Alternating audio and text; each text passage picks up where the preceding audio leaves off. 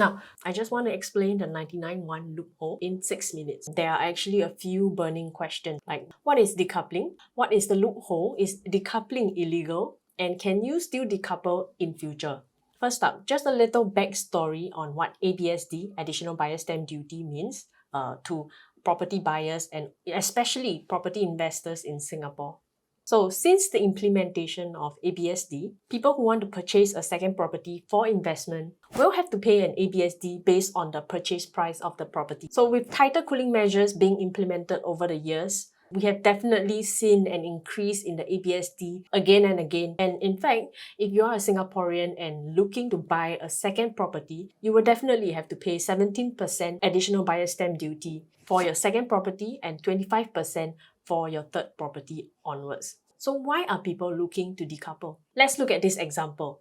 For instance, you and your partner purchased a house together, and that will give you and your partner a property count of 1. So buyer 1 has a property count 1 and buyer 2 has a property count of 1. So the combined property count is actually 1. So since this is your first property, there is no additional buyer stamp duty payable.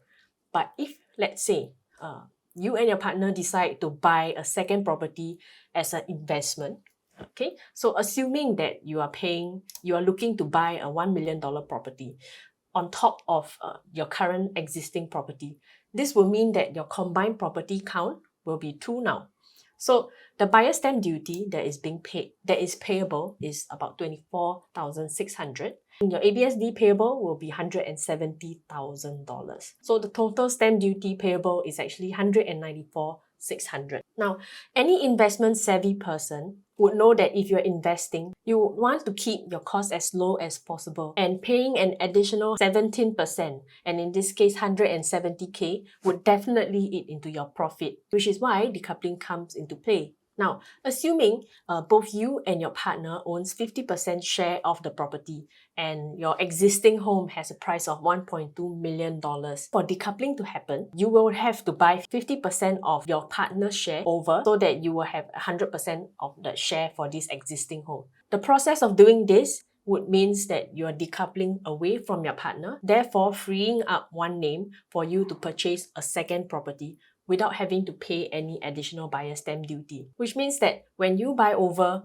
your partner's share, your buyer stamp duty payable is 50% of the property purchase price, which is 600,000. You will have to pay a buyer stamp duty of 12,600. Once your partner's name is being freed up, his or her property count is now 0. With that, because the property count is 0, when they purchase the next property, they only have to pay a buyer stamp duty. So the buyer stamp duty payable is only 24,600, and the total stamp duty payable would be 37,200. When we compare first scenario versus the second scenario, you will realize that there's actually quite a bit of saving involved. And this is why a lot of people choose to go for decoupling. Then the question comes in where, what is 99(1)? In our second example, we actually have you and your partner holding 50% share of the property.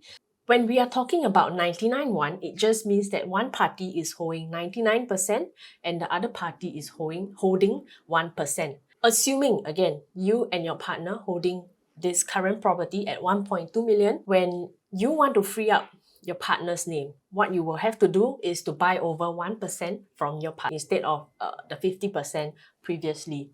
So when we are looking at 1% of that partner's share, you will notice that the buyer stamp duty payable is actually $120 as compared to 12,600. 1% of 1.2 million is simply just $12,000 as compared to 600k. Then the buyer stamp duty is just based on that $12,000, giving you $120 only.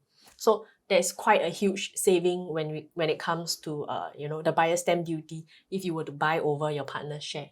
Then the next step will be your partner's name being freed up to buy the next property, and then the buyer stamp duty would still be payable, but there is no additional buyer stamp duty like the previous example. So when we compare total buyer stamp duty payable for the second example and the third example, you will realize that there's actually approximately $12,000. People who choose to hold their property in a 99(1) configuration, they typically already have an exit plan in mind.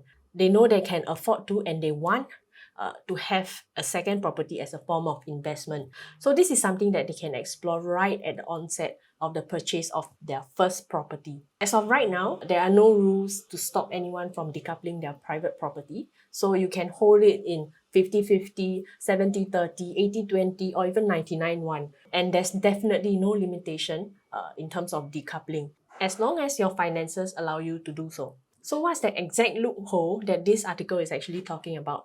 So to illustrate this, we actually come up with another example to help you understand this loophole better. This example actually consists of a son and a father. The father is actually buying a property in the son's name. The reason why the father is doing so is probably because he already has a property, an existing property, which gives him a property count of 1. So if, let's say, he were to buy a property with his son, who has a property count of 0, the combined property count will be 1.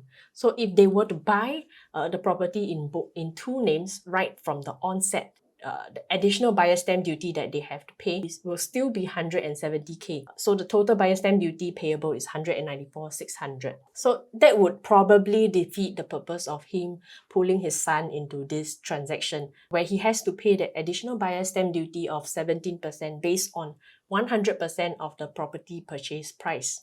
Instead, there's actually a loophole whereby the son actually options the unit that they want to buy first as a sole owner. After exercise, he will then sell 1% of the property ownership to his dad.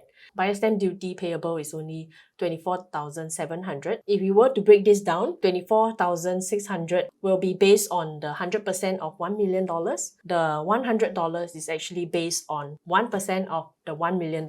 And in this case, because the dad is buying over 1% of the $1 million investment property from the son, the additional buyer stamp duty is now 17% of 1%. So this will give us $1,700. To put it simple, if you were to declare right from the beginning, like our previous example, where you buy your property based on 99.1 share right from the onset, right from the time where you option for that unit, is okay. But if you were to go about buying 100% and then selling your 1% subsequently, that would probably be an issue. And that is the loophole that we are talking about. So I hope this clears things up for you. We have helped many of our clients design a decoupling plan as part of their exit strategy. While most people will go for the 99.1 configuration, this may not work for you, and it might be wiser to consider a different split ratio, because the 99.1 configuration may not make sense the moment you factor in the CPF accrued interest and all the other variables that comes along with that. So if you'd like to know how you can incorporate a decoupling plan as part of your exit strategy, and especially the split ratio that would suit you the most, click on the link in the description box below and we will be happy to help you. Bye!